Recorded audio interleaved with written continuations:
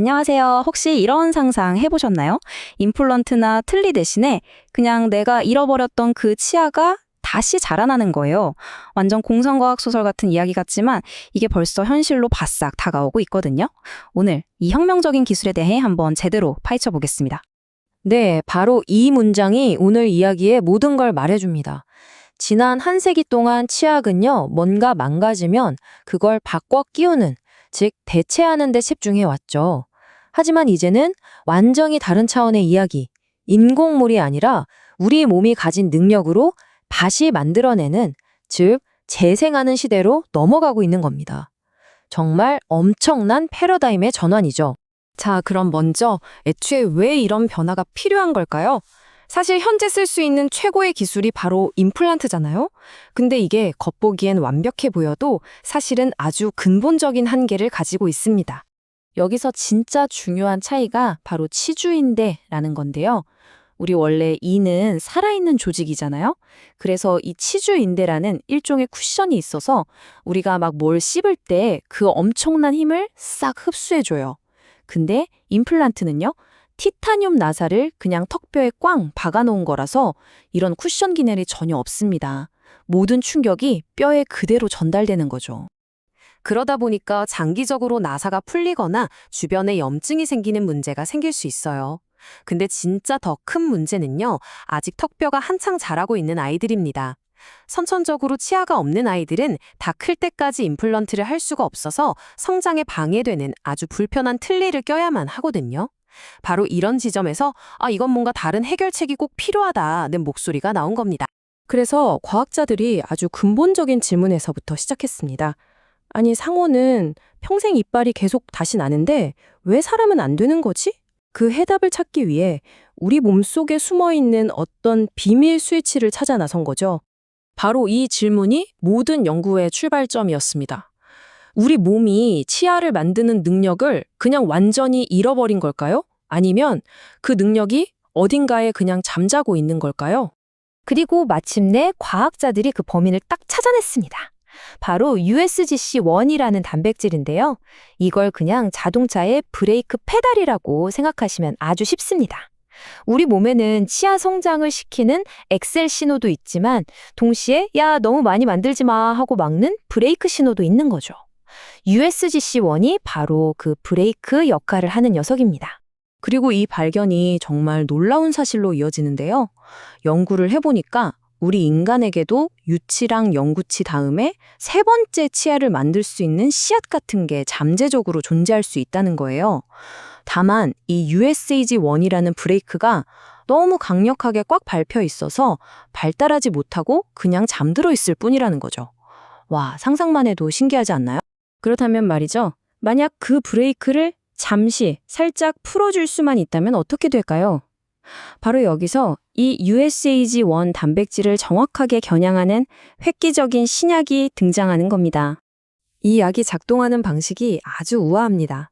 없는 걸 새로 만들어내는 게 아니고요.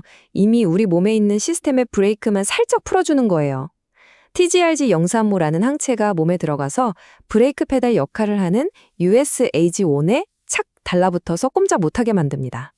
그러면 막혀있던 엑셀 신호가 다시 활성화되면서 잠자고 있던 치아에 싹을 깨워서 성장을 시작하게 만드는 거죠. 그리고 이 방법이 동물 실험에서 정말 엄청난 성공을 거뒀습니다. 연구를 이끈 다카하시 카츠 교수가 직접 한 말인데요. 인간과 치아 구조가 비슷한 동물에게 이 약을 딱 한 번 주사했더니 턱뼈 안에서 완벽한 새 치아가 통째로 자라나서 제 기능까지 하는 게 확인된 겁니다. 약물만으로 포유류의 치아를 재생시킨 세계 최초의 사례였죠. 정말 대단합니다. 자, 그럼 이렇게 놀라운 기술, 과연 언제쯤 우리 곁으로 올 수 있을까요? 연구실에서 우리 동네 치과 진료실까지 오는 그 여정을 한번 따라가 보겠습니다.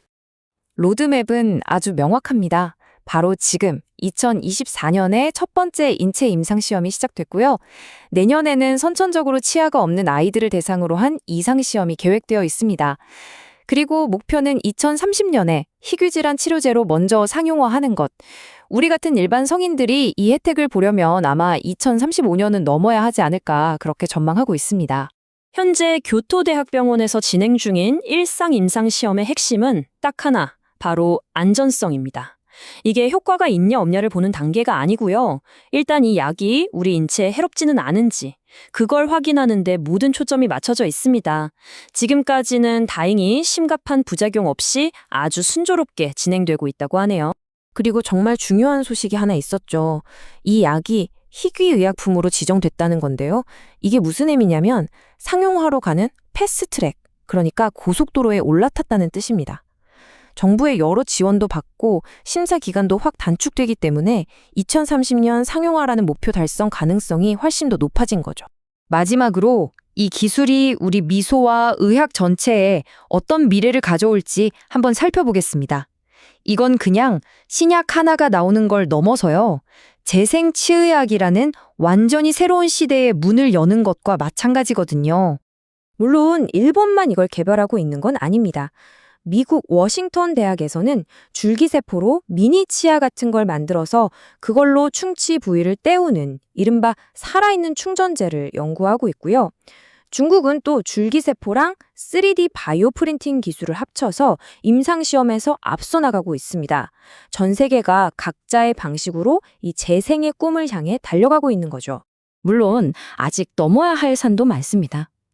약물로 치아를 그냥 자라게만 하는 게 다가 아니잖아요? 우리가 원하는 바로 그 자리에 딱 맞는 모양으로 자라게 하는 기술은 아직 완벽하지 않거든요. 또 치아 하나가 완전히 자라기까지 1년에서 2년이 걸릴 수 있는데 그 긴 시간을 기다리는 것도 문제고요. 장기적인 안전성 역시 계속해서 검증해 나가야 할 과제입니다. 그리고 또 하나의 아주 현실적인 문제, 바로 비용입니다. 모든 혁신적인 치료법이 그렇듯이 초기 비용은 굉장히 높을 것으로 예상됩니다. 전문가들은 치아 하나당 약 1억 원 이상을 예상하는데요. 이게 고가의 항암 항체 치료제랑 비슷한 수준이에요. 물론 시간이 지나면서 가격은 내려가겠지만 처음에는 일부를 위한 프리미엄 치료가 될 가능성이 높습니다.